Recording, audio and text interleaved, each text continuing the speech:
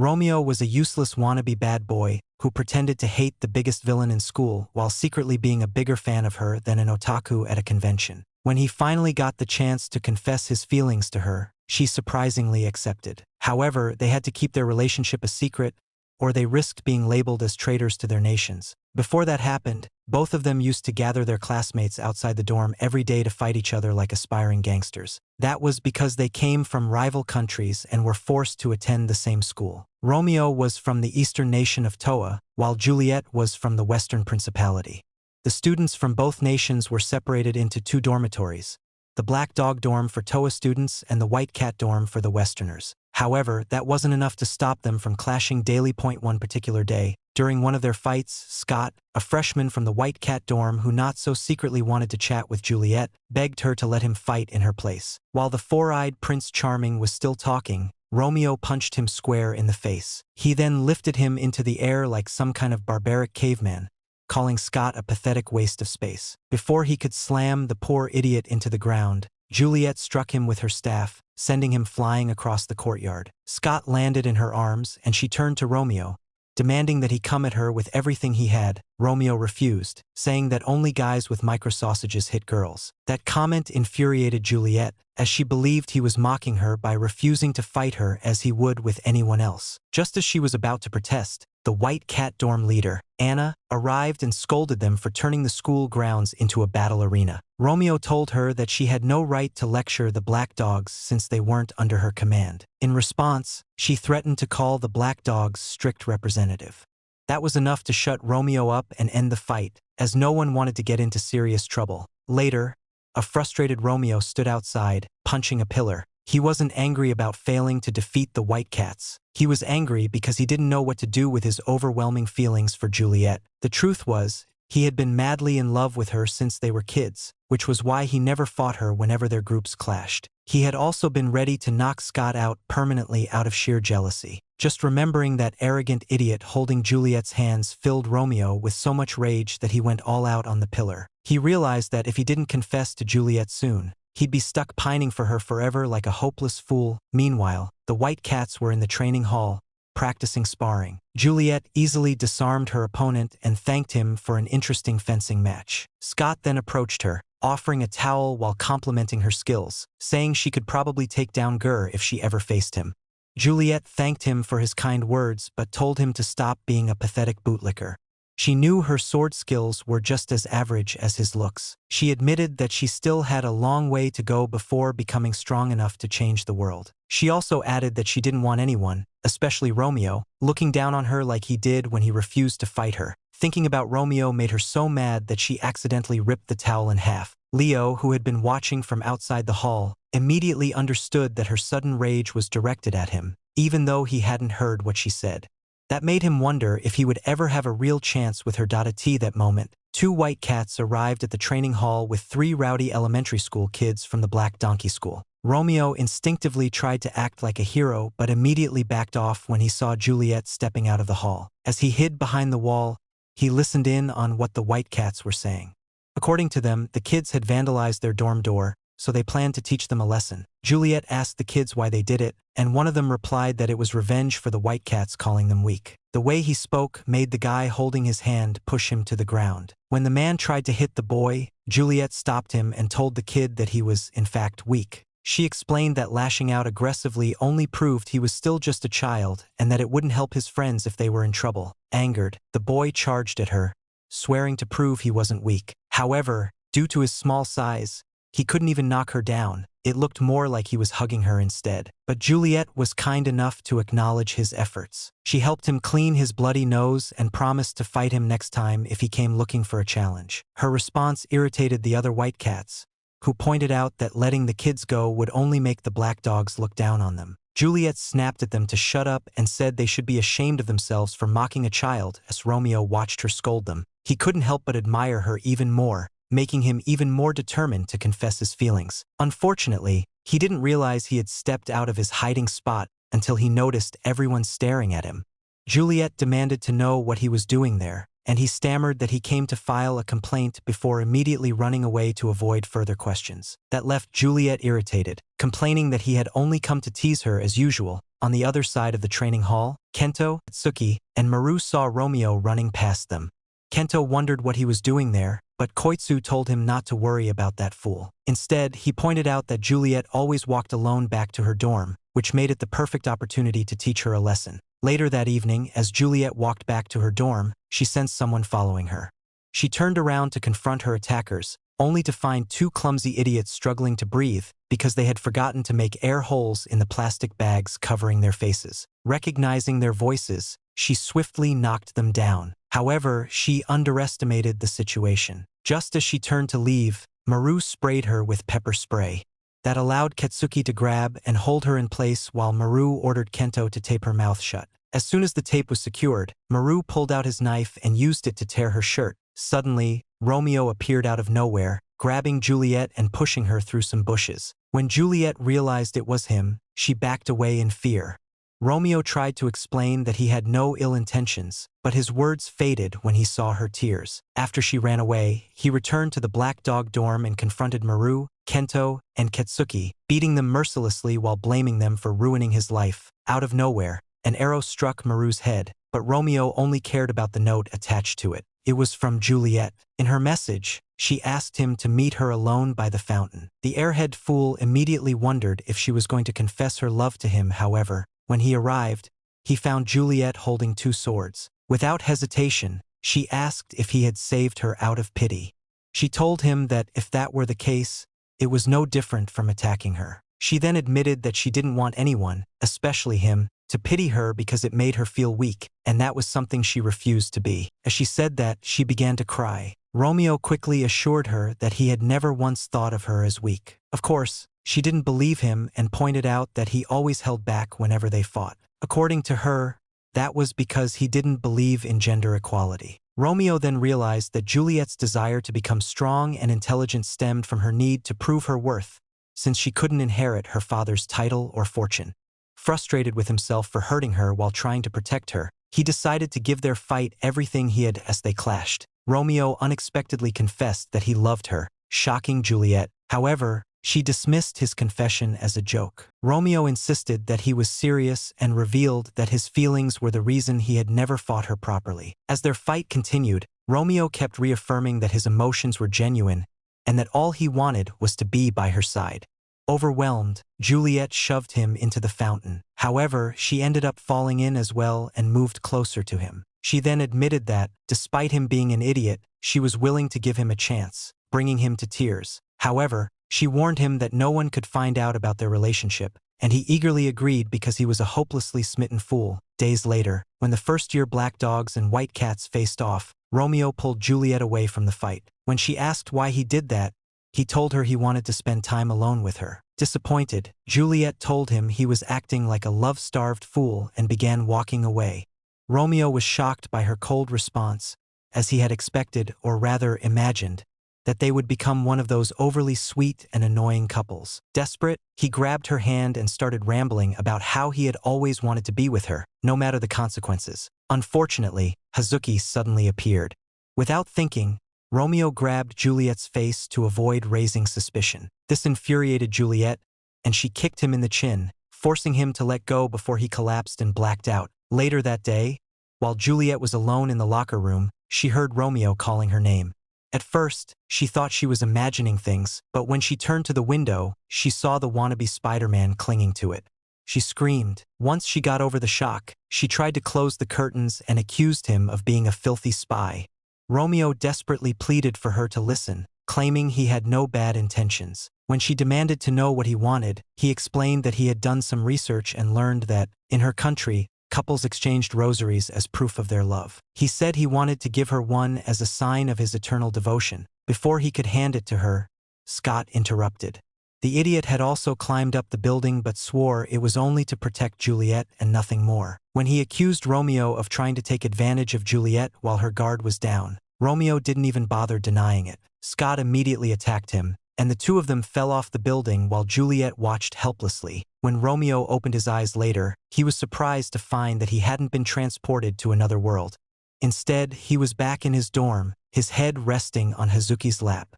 Confused, he asked her how he had ended up there. She told him that they had been informed that Juliet had thrown him off the roof. Romeo tried to explain what really happened, but she cut him off, telling him not to worry. Everyone else had already gone to take revenge for him. Romeo immediately ran out of the dorm, hoping to find Juliet before the raging black dog mob did. When he finally spotted her, she began running away. He chased after her, begging her to stop, but she refused. Just as he was about to ask why, he heard the sound of footsteps rushing behind him. Realizing it was the other black dogs seeking vengeance against her, Romeo tried to stop them. Suddenly, he was attacked and barely managed to dodge before Scott's fencing sword nearly pierced his eyes. Romeo asked the clueless Ken doll what his problem was. Scott declared that he wouldn't let anyone get close to Juliet. Since he had brought other white cats with him, the black dogs swore to teach them a lesson. Before Romeo could stop them, the two sides broke into a full-blown fight. Romeo was attacked by Scott and two other boys, who kicked him so hard that he accidentally broke the rosary. The moment he realized what had happened, his mind went blank. Without thinking, he walked toward a statue. Suddenly, he grabbed it and started swinging it like a club. Everyone around him was stunned because he lifted the statue as if it weighed nothing, making them wonder if he was secretly Superboy. As he began spinning it around, they shouted for him to stop, but Romeo was completely on autopilot and didn't care if anyone got hurt. That night, Romeo was punished for breaking the statue by being assigned to pluck weeds. While he was doing that, Juliet came to see him and asked him to row a boat with her on the lake. He agreed. While they were on the water, Romeo admitted that he was happy they finally had some time alone. However, Juliet suddenly tried to take his lollipop. Shocked, Romeo told her she was moving too fast, but she instructed him to stay still. So he did. That was when he realized she had actually pulled the rosary from his pocket. He then told her she could throw it into the lake, promising to buy a better one when he went to town. Instead, Juliet told him to close his eyes. He obeyed, but when he felt her moving closer, he opened them again. Seeing her face perfectly positioned for a kiss, he started heating up like a boiling kettle. Startled by his reaction, Juliet backed away and scolded him for not listening. Romeo tried to explain, but he shut his mouth when he felt the rosary being placed around his neck. Since his brain was practically fried, the airhead fool then asked if she was an alchemist because he actually believed she had repaired the rosary with magic. She told him not to be stupid and then showed him the rosary, explaining that it actually belonged to her. It was her most valuable possession because it had been a gift from her mother. However, she wanted him to have it as a sign of her affection. Romeo told her that if the rosary was so important to her, she should keep it. That only made her furious. She suddenly started rowing the boat aggressively. Having no idea what he had done wrong, he tried to stop her, but in the process, he accidentally fell into the lake. Instead of helping him, Juliet told him to take the time to think about what he had done wrong and rowed the boat away, ignoring his desperate pleas for help, especially since he didn't know how to swim. A few days later, Juliet disguised herself as a male black dog student to go out with Romeo. The day before, Romeo had shamelessly begged her to dress like that so they could have a date, and she had agreed. When the couple left the school, a group of black dog students approached Romeo and asked who the new guy was. Romeo introduced Juliet as his cousin, Julio. When the guys took a good look at her, their hearts raced, making them question what team they were actually rooting for. Soon, more black dog students joined the group, drawn by Julio's good looks and eager to spend time with him. Romeo was frustrated because if his dorm mates tagged along, his date with Juliet would be ruined. In the end, the group went to the city together. When Romeo threatened to beat them up if they didn't leave, they responded by beating him instead, leaving him completely exhausted. During the chaos, some girls noticed how unusually excited Romeo seemed. They commented that it was the first time they had ever seen him like that. They explained to Juliet that, on a normal day, Romeo acted worse than the Grinch and kept to himself, making everyone avoid him like the plague. This surprised Juliet because the Romeo she knew was more or less just a fool. The group then went to a seaside restaurant for lunch, but when they arrived, they discovered that the entire place was reserved. This irritated Romeo. The others suggested going to a ramen shop instead. As they walked away from the restaurant, Juliet caught the attention of the girl who had reserved the ramen shop. Juliet accidentally spilled the contents of her bowl on her pants. The idiot Romeo, as usual, tried to help her clean up, but, being the airhead fool he was, he didn't think before acting and nearly pulled her pants down, completely forgetting that she was, in fact, a girl. Embarrassed, Juliet punched him in the face. After leaving the ramen shop, they went to an amusement park. Since Romeo was desperate to be alone with Juliet, he dragged her into the haunted house. Unfortunately for him, Juliet got so scared that she ended up punching both him and the zombie actor who tried to scare them before running away. Romeo chased after her, but when he couldn't find her, he collapsed near the seaside, consumed by sadness as he assumed Juliet had left at that moment. Maru and his gang passed by. Noticing Romeo, they decided to take revenge for the beating he had given them days earlier. Maru kicked him into the water, and Romeo struggled to stay afloat as Maru tried to drown him, shoving his head underwater. Just then, Juliet arrived and gently asked Maru to stop. Instead of listening, Maru attempted to stab her in the eyes. Reacting quickly, Juliet grabbed his arm, threw him to the ground, and warned him never to throw people into the sea again. Later, at the church tower, Romeo thanked Juliet for saving him. He then asked if she was upset that their date hadn't gone as planned. Juliet reassured him that she wasn't mad and had actually enjoyed learning more about him. She even expressed that she'd be open to going on another date, which made him extremely happy. Unfortunately, his happiness was short-lived because he had to pretend to be fighting with her. When Scott suddenly appeared a month later, Romeo asked Juliet to keep her schedule free in 3 days because it would be their 1-month anniversary. As soon as Juliet promised to do as he asked, Hazuki and Scott arrived. Romeo and Juliet immediately pretended to be in an intense argument to avoid raising suspicion. When they finally stopped, they asked why Hazuki and Scott were looking for them. They revealed that Princess Char, commonly known as the Tyrant Princess, had returned to school at the same time. The news of Char's return spread like wildfire, throwing the White Cats into a frenzy. They hurriedly cleaned the school and even rolled out a red carpet for Char to walk on, as if she were the Queen of England. As she strutted down the carpet, she stopped in front of Scott and demanded that he tell her a joke.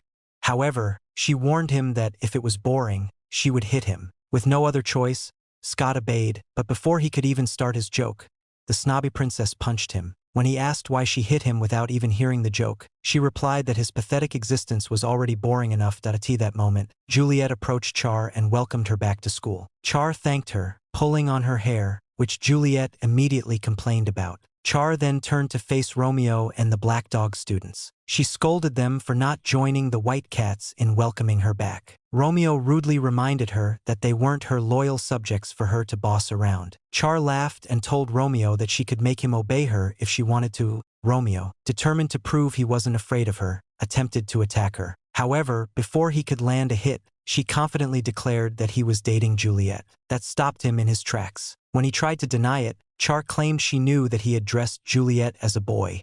This shocked him, but he still denied everything. Then, she pulled out a photo of him and Juliet together. Romeo was so shocked that he fell backward, but the crowd watching assumed Char had flashed him. Char then surprised him by saying she wouldn't tell anyone about his secret, on one condition.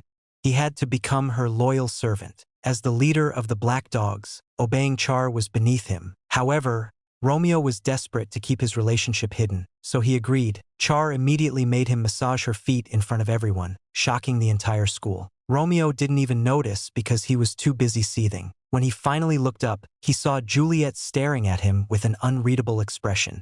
That worried him. Was she disappointed in him? Suddenly, Hazuki jumped on him and started slapping him, yelling at him to snap out of it. The other Black Dogs were also disappointed in Romeo and called him a shameless pervert, assuming he was only doing all this because he was hypnotized by Char's cleavage. Later, Char took Romeo to a secluded area and told him that he had to come running every time he heard her whistle. Romeo's defiant expression made her smirk. As she turned to leave, she warned him that she would spread the photos throughout the school if he disobeyed. Immediately, Romeo grabbed her hand and fell to his knees, desperately begging her not to expose his secret. In response, Char stepped on his head and reminded him of what would happen if the truth came out, making him realize that Juliet would suffer the most. After leaving Char, Juliet came to see him and asked if he preferred girls with bigger assets while looking down at her own. Romeo tried to explain that he wasn't interested in Char, but before he could finish, Char blew her whistle, so he told Juliet to wait for him, promising he'd return after taking care of some business.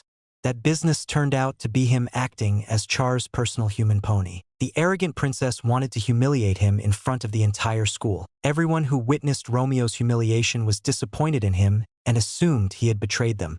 Maru even suggested that they lynch him. As the day went on, every time Romeo tried to talk to Juliet, Char blew her whistle, forcing him to run and do whatever she wanted. That night, Romeo finally went to see Juliet. However, she was shocked to see him shirtless, with scratches all over his body. Concerned, Juliet asked what was going on. Romeo told her he couldn't share the details but promised to protect her.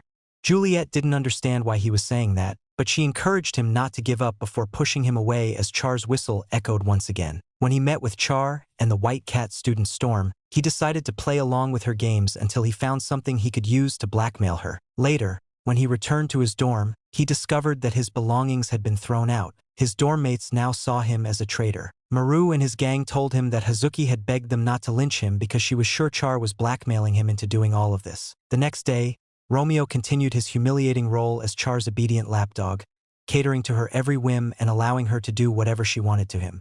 This went on for 2 days straight. However, on the third day, he sneaked into Char's room, hoping to find something he could use against her. Unfortunately, Char had grown suspicious of him and returned to her room earlier than expected. Romeo quickly hid as she began searching for him. Char checked every possible hiding spot, but was surprised when she couldn't find him.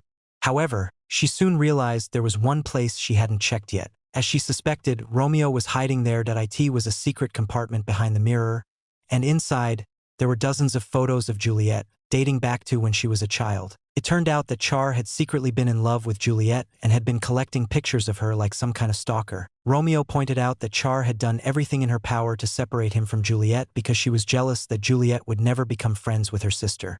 Enraged, Char lunged at Romeo, but he dodged all of her attacks. She then shoved him against the wall and told him not to mock her feelings because he would never understand them. To his surprise, she suddenly started crying and begged him not to take Juliet away from her, admitting that Juliet was the most important person in her life.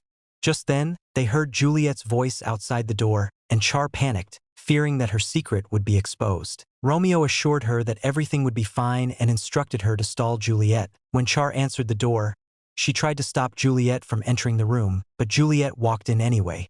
Fortunately, Romeo had already returned to the secret compartment and taken all the fallen photos with him. Char let out a relieved sigh as she watched Juliet brush her hair. She admitted that she had been afraid to return to school because she thought Juliet no longer wanted to be her friend. Juliet assured her that no matter what happened, they would always be friends. The two had a heartfelt moment before Juliet eventually left. Once she was gone, Char opened the secret compartment and let Romeo out. She then asked why he had helped hide her secret. Romeo replied that they were now accomplices, and that he needed something to blackmail her with in the future. That night, Romeo met Juliet by the lakeside. As they talked, he noticed she was wearing the rosary he had bought for her. Juliet said she had fixed it because she couldn't throw away something he had given her, which made the fool start crying. Unbeknownst to them, Char was watching from a distance. Like Hazuki, she couldn't understand how someone as incredible as Juliet could be dating a pathetic loser like Romeo. A few weeks later, Juliet was inside the Black Dog dorm, once again disguised as her male alter ego, July. The reason? Her clingy boyfriend had begged her to come since he couldn't leave the dorm during their annual study camp for the upcoming exams. Maru and his gang had no intention of joining the study camp, but Maru changed his mind the moment he spotted Juliet. When Romeo saw him, he immediately told Maru to leave, saying his stupidity would spread like a disease and cause trouble. However, Maru countered that someone who needed to stand on a chair to raise his IQ had no right to decide whether he could study with the group. Just as the two brainless fools were about to start fighting, Hazuki arrived with a megaphone and ordered everyone to sit down, declaring that the study camp was about to begin. Her authoritative demeanor surprised Juliet. Romeo then explained that just as Superman became Clark Kent when he put on glasses, Hazuki became a completely different person when she wore hers. He told Juliet that despite Hazuki's ordinary appearance, she was the smartest person he knew, and kind enough to share her knowledge with lowlifes like them. During the study camp, Hazuki handed out test papers for them to complete. Romeo thought it was the perfect chance to showcase his very limited academic skills. However, the moment he read the first question, he felt his soul leave his body. Seeing this, Hazuki smirked, but not in the way some people with dirty minds might think. She clipped binder clips to his eyelids and pulled them to force his eyes open. But that wasn't enough to keep him awake, so she covered his entire face in sticky notes. Later that night, Romeo helped Juliet sneak back into her dorm through the underground sewer. After she left, Hazuki ran up to him. As they discussed the events of the day, she told Romeo that she was glad he had gone back to his usual self because he had done some things that made her suspect he was hiding something from her. Romeo was shocked but quickly assured her that he would never keep secrets from her. Hazuki smiled and told him that she would always be his ally before walking away. Shortly after, Char suddenly appeared behind Romeo and began choking him, complaining that he had taken Juliet to his dorm while she was disguised as a boy. After releasing him, she accused him of being a womanizer because she had seen him with Hazuki. Romeo tried to explain that he and Hazuki were just friends, but Char pointed out that if that were true, he wouldn't have hidden his relationship from her. Romeo argued that everyone had secrets, but Char got tired of hearing his nonsense and jumped into the sewer to return to her dorm. After she left, Romeo contemplated telling Hazuki about his relationship with Juliet, but he feared that if he did, she would stop being his friend. Meanwhile, Hazuki returned to the study hall to prepare the quiz for the next day, but Maru came looking for her. He revealed that he knew she was taking her time preparing the questions and supervising the study camp because of Romeo. He then asked what was so special about a worthless idiot like him. Hazuki explained that when they were kids, she had no friends because she was a nerd, but when Romeo discovered how intelligent she was, he kept pestering her until she finally agreed to help him pass an exam. He was so happy with his score that he declared she would be his friend. Because of that, people started to notice her. That was why she worked hard to be the opposite of Sakura and made sure she would always be there for him. Maru pointed out that by doing all of this, she was proving to everyone how desperate she was for his attention. But Hazuki argued that he didn't understand her feelings. After he left, Romeo, who had been eavesdropping, entered the room. When Hazuki saw his expression, she realized he had heard everything she had just told Maru, which made her embarrassed. Being the dense fool he was, Romeo asked why she went so far for him. Hazuki then revealed that it was because she was in love with him. Overcome with guilt, Romeo told her that he couldn't accept her feelings because he was in a relationship with Juliet. He then apologized for keeping it a secret. The next moment, Hazuki tried to announce their relationship to the entire dorm, but Romeo quickly covered her mouth. That calmed her down, and she admitted that his confession had caught her off guard. He relaxed, thinking his secret was safe. However, his relief was short-lived. Hazuki suddenly dressed him in a white robe and told him to commit seppuku for breaking the black dog code by falling in love with a white cat. She even offered to decapitate him so he wouldn't suffer. Terrified, Romeo ran for his life. Hazuki chased after him, and as they ran through the dorm halls, Kento and Tsuck stepped out of their rooms to see what was going on. When Romeo reached them, Hazuki swung her sword at him. He dodged just in time, but the blade slashed through Kento's clothes instead, leaving him standing there half-naked. After chasing Romeo out the window, Maru stepped out of his room and saw his friends in a compromising situation. Instead of asking questions, he silently went back inside and locked the door to make sure they didn't follow him. Over at the White Cat dorm, Juliet heard the commotion from the Black Dog dorm and looked out the window. When she saw Romeo being chased by Hazuki, she ran after them to find out what was going on. She found Romeo hanging from a tree branch like a monkey and demanded to know why Hazuki was after him. He explained that she had gone insane after he told her about their relationship. As soon as Juliet asked how he planned to resolve the situation, Hazuki appeared behind him. Seeing him with Juliet only made her angrier, so she tried to knock him down. But Romeo quickly moved out of the way, causing Juliet to fall instead. This left them in a rather compromising position. Hazuki then attacked them for shamelessly flirting in front of her. However, Char suddenly appeared and stopped her before she could hurt Juliet, giving Romeo the chance to grab Hazuki. Juliet was surprised to see Char and asked why she was there. Char then admitted that she knew about their relationship. She said she had followed Juliet because she wanted to keep her safe, and revealed that she had come to assassinate Romeo. Suddenly, Romeo grabbed Juliet and ran, escaping from the two psychos trying to end his life. However, he was forced to stop when they reached the edge of a cliff. Juliet suggested they stop running and face the girls, saying they might change their minds if they talked to them. When the girls arrived, Romeo told Hazuki that he was tired of running like a coward and was prepared to face her. In response, Hazuki charged at him. Since Romeo believed in his plot armor, he didn't even try to dodge the attack and got struck in the head. The sword was fake, so it only caused him to bleed a little. But he didn't care. He just told her that he still wanted to be her friend. That made Hazuki break down in tears as she yelled about how much she hated him. At that moment, Juliet fell off the cliff. Without hesitation, Romeo jumped after her, completely forgetting that he didn't know how to swim. Fortunately, Hazuki and Char also jumped in to save them. When he opened his eyes and confirmed that everyone was okay, he let out a sigh of relief. However, Hazuki scolded him for his reckless actions. Romeo apologized for worrying her and explained that he jumped without thinking because all he wanted was to save Juliet. His words made Hazuki realize that Romeo's feelings for Juliet were the same as hers for him.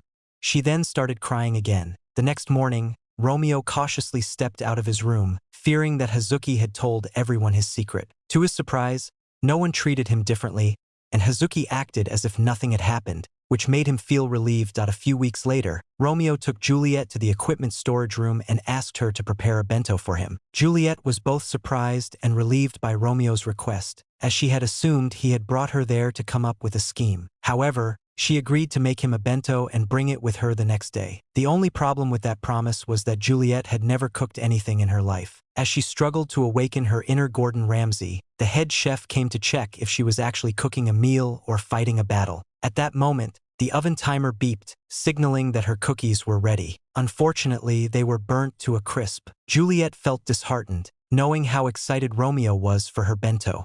So, she made a decision. Later that day, she met Romeo at the stables and handed him a beautifully prepared bento. However, she didn't seem too enthusiastic about it. When she asked Romeo to open his mouth for a taste test, he found her behavior odd. But, eager to try her cooking, he closed his eyes and opened his mouth, only to get a mouthful of Char's shoe. The annoying brat had appeared out of nowhere, declaring that she wouldn't let him taste Juliet's food before she did. Like a cunning fox, she snatched the bento and ran off with it. Romeo chased after her to get it back, but Char climbed a tree to keep it out of reach. When she tried to jump to another tree, her shirt got caught on a branch, forcing her to drop the bento. The bento flew through the air and landed on Scott's head while he was training for the sports festival. Juliet immediately ran over and apologized, saying the bento was hers. Instead of giving it back, the delusional fool assumed she had made it for him and insisted they eat it together. Suddenly, Romeo kicked the idiot and snatched the bento. But Scott quickly got up and challenged him to a fight. Juliet tried to stop him, but Scott insisted that it was time to teach Romeo a lesson. As they fought, the bento slipped from Scott's hands and landed in the pig pen. Before Romeo could retrieve it, the pigs devoured it, leaving him devastated that he would never get to taste Juliet's food. Seeing how pathetic Romeo looked, Juliet finally confessed that the bento had been made by the chef, not her. That made Romeo feel 10 times worse. He couldn't believe he had just dueled over a chef-made bento. Feeling sorry for him, Juliet offered him her burnt cookies instead. Romeo accepted them happily. She warned him that they wouldn't taste good, but Romeo said he didn't care as long as she had made them. However, he quickly changed his mind after taking a bite and realizing they tasted like failure. He tried to pretend they were good, but he wasn't as good a liar as his unfaithful ex. Juliet saw right through him and smacked him for lying to her. Later that day, Romeo went to the field to watch the black dogs train for the upcoming sports festival. When Maru spotted him, the budget version Lucifer told Romeo he wasn't allowed to participate in the festival. That was because they had lost last year due to Romeo. As they argued about it, neither of them noticed that Hazuki was watching them. Soon, some black dog girls approached Hazuki and advised her to aim for the MVP title so she could dance with Romeo at the closing party. According to them, there was a curse that guaranteed the MVP and their dance partner would end up as a couple. Hazuki doubted it would work, but the girls called out to Romeo and asked if he would dance with her if she won MVP. As always, clueless about everything, Romeo said he would, which made Hazuki hopeful. Later, Romeo got into a fight with Scott because the White Cats were singing a degrading song about the black dogs while they trained. Scott told Romeo to get lost and find something else to do since he knew he wouldn't be participating in the sports festival. Annoyed, Romeo tried to punch Scott, but his fist was suddenly caught by a blonde girl named Somali. She was excited that she had stopped his punch. However, when she went to tell a boy named Abi about it, he scolded her for interfering in Romeo and Scott's fight. Romeo simply stared at the pair, wondering why Arkham had released Walmart's version of Harley Quinn and the Joker into the school. While observing, he saw Abi kneel before Juliet and ask if she would go out with him if he won the MVP title. Juliet swatted his hand away and told him she didn't date guys without money. Surprisingly, Abi didn't find that offensive. However, he could feel the intense bloodlust coming from Romeo and Scott, both of whom hated seeing him flirt with Juliet. Somali also noticed this and lunged at Romeo. But before they could fight, Juliet stepped between them.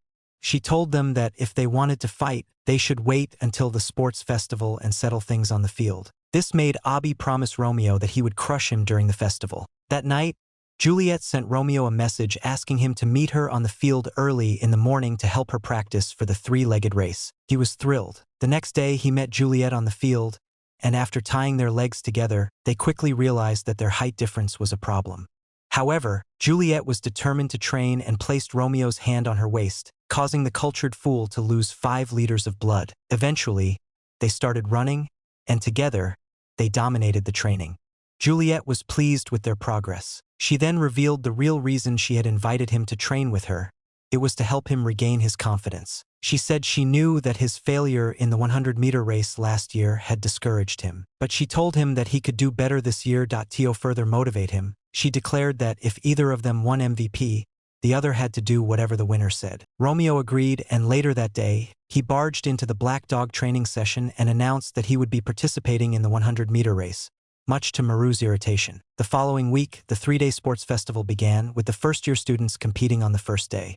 As expected, Juliet confidently declared that the White Cats would win, but Romeo told her not to underestimate the Black Dogs. The first event of the day was tug of war, and the Black Dogs nearly lost to the White Cats. That was because Somali was their anchor, and despite her small frame, she had the strength of a gorilla. She would have guaranteed victory for her team if she hadn't let go of the rope when Olia praised her. The second event was the obstacle course, and Maru easily took the lead. However, despite his advantage, he scattered glass shards on the ground to slow Char down. Unfortunately for him, his plan was useless because Char had a few White Cat boys carry her for the rest of the race. Maru couldn't believe the referee allowed such blatant cheating and stormed off to scold the official. In doing so, he completely forgot he was still in a race, allowing Char to cross the finish line before him. When it was time for the lunch break, Romeo and Juliet found a way to sneak off together. While they were talking, Juliet told him that her mother was in the audience. She said she wanted to win the MVP title so she could finally tell her father about it. When the games resumed later, Abi instructed Somali to do something about Juliet, even though he knew it would cost their team the victory. During the baton pass event, Juliet struggled to knock down the Black Dog's baton. Somali came to assist her, but unfortunately, it was all part of her plan to carry out Abi's orders. Just before pushing the baton down, she stomped on Juliet's foot. Their team won that event, but Juliet was injured. When Char insisted that she go to the infirmary, she refused. The next event was the mixed relay, and Juliet participated despite her injury. During the race, the pain in her foot became unbearable, and she collapsed. The White Cats rushed to check on her. Romeo also tried to, but Char stopped him, telling him that would be the dumbest thing he could do. While the White Cats surrounded Juliet, she assured them she was fine. But then, the treacherous snake Abi planted the seed of discord in everyone's minds. He claimed that she was wasting all their hard work and made comments about her being weak. Scott tried to shut him up, but the damage had already been done. People started talking badly about Juliet, and even the spectators in the audience began chanting for her to be removed from the team. That was until Romeo shouted for everyone to shut up and punched a wall. Char then told Abi that he would pay for what he had done. After that, she helped Juliet to the infirmary. At the infirmary, Juliet was advised not to return to the tournament, as her injury was too severe. Romeo was frustrated with himself for not being able to help her, and Char informed him that Somali was responsible for what had happened. After explaining how the accident had occurred, she stated that Somali was too stupid to come up with such a plan on her own. She claimed Abi was the mastermind behind it. She then revealed that Abi was in the middle of a faction war with Juliet for control of the White Cats, and destroying her credibility was part of his plan to take over. Unfortunately, she had no solid proof. If she accused him, he would just deny everything, so she pleaded with Romeo to do something about him. Meanwhile, inside the infirmary, Juliet was crying, feeling powerless and defeated. However, Romeo called out to her, telling her not to give up. He urged her to come watch the final event and promised that he would personally kick Abi's pathetic ass. He then returned to the arena for the final event, the cavalry battle, as both groups prepared for the game. Maru asked, Romeo agreed, and later that day, he barged into the Black Dog training session and announced that he would be participating in the 100-meter race, much to Maru's irritation. The following week, the 3-day sports festival began, with the first-year students competing on the first day. As expected, Juliet confidently declared that the White Cats would win, but Romeo told her not to underestimate the Black Dogs. The first event of the day was tug of war, and the Black Dogs nearly lost to the White Cats. That was because Somali was their anchor, and despite her small frame, she had the strength of a gorilla. She would have guaranteed victory for her team if she hadn't let go of the rope when Olia praised her. The second event was the obstacle course, and Maru easily took the lead. However, despite his advantage, he scattered glass shards on the ground to slow Char down. Unfortunately for him, his plan was useless because Char had a few white cat boys carry her for the rest of the race. Maru couldn't believe the referee allowed such blatant cheating and stormed off to scold the official. In doing so, he completely forgot he was still in a race, allowing Char to cross the finish line before him. When it was time for the lunch break, Romeo and Juliet found a way to sneak off together. While they were talking, Juliet told him that her mother was in the audience. She said she wanted to win the MVP title so she could finally tell her father about it. When the games resumed later, Abi instructed Somali to do something about Juliet, even though he knew it would cost their team the victory. During the baton pass event, Juliet struggled to knock down the black dog's baton. Somali came to assist her, but unfortunately, it was all part of her plan to carry out Abi's orders. Just before pushing the baton down, she stomped on Juliet's foot. Their team won that event, but Juliet was injured. When Char insisted that she go to the infirmary, she refused. The next event was the mixed relay, and Juliet participated despite her injury. During the race, the pain in her foot became unbearable, and she collapsed. The white cats rushed to check on her. Romeo also tried to, but Char stopped him, telling him that would be the dumbest thing he could do. While the white cats surrounded Juliet, she assured them she was fine. But then, the treacherous snake Abi planted the seed of discord in everyone's minds. He claimed that she was wasting all their hard work and made comments about her being weak. Scott tried to shut him up, but the damage had already been done. People started talking badly about Juliet, and even the spectators in the audience began chanting for her to be removed from the team. That was until Romeo shouted for everyone to shut up and punched a wall. Char then told Abi that he would pay for what he had done. After that, she helped Juliet to the infirmary. At the infirmary, Juliet was advised not to return to the tournament, as her injury was too severe. Romeo was frustrated with himself for not being able to help her, and Char informed him that Somali was responsible for what had happened. After explaining how the accident had occurred, she stated that Somali was too stupid to come up with such a plan on her own. She claimed Abi was the mastermind behind it. She then revealed that Abi was in the middle of a faction war with Juliet for control of the White Cats, and destroying her credibility was part of his plan to take over. Unfortunately, she had no solid proof. If she accused him, he would just deny everything, so she pleaded with Romeo to do something about him. Meanwhile, inside the infirmary, Juliet was crying, feeling powerless and defeated. However, Romeo called out to her, telling her not to give up. He urged her to come watch the final event and promised that he would personally kick Abi's pathetic ass. He then returned to the arena for the final event, the cavalry battle, as both groups prepared for the game. Maru asked Romeo to take the position of the horse, but Romeo ignored him and claimed the knight's spot instead. This infuriated Maru, who then declared that he wouldn't move an inch. The two started arguing about it, completely oblivious to the fact that the game had already begun. Meanwhile, Hazuki's team was dominating the White Cats. Suddenly, Abi snapped his fingers. As if controlled by magic, the girl carrying Hazuki collapsed to her knees. This caused Hazuki to lose focus, and before she... 2 days later, the closing ceremony was held, and while everyone was enjoying themselves in the ballroom, Romeo found himself reflecting on his actions. His fellow black dogs had left him kneeling by the fountain with bricks on his knees as punishment for making them lose the tournament. Fortunately for him, Juliet came looking for him and asked if he wanted to dance with her. He eagerly agreed, but admitted that he didn't know how to dance those fancy British-style waltzes. So, she asked him to show her how his people danced, and he did. As they danced, Juliet thanked him for helping her prove her worth during the games and promised to return the favor one day. A month later, Romeo caught a fever because he had worked himself sick trying to redeem himself with the black dogs for making them lose the tournament. Fortunately, Hazuki was there to take care of him. But when he sleepily murmured Juliet's name, she squeezed water from a towel onto his face out of irritation. At that moment, some black dog students came to drag her away, saying that there was an urgent matter that needed her attention since she was now their new leader. Romeo was left alone and recalled the last time he had been sick, when he was a child. He also wished he could see Juliet, and as if by magic, he suddenly heard her voice calling out to him.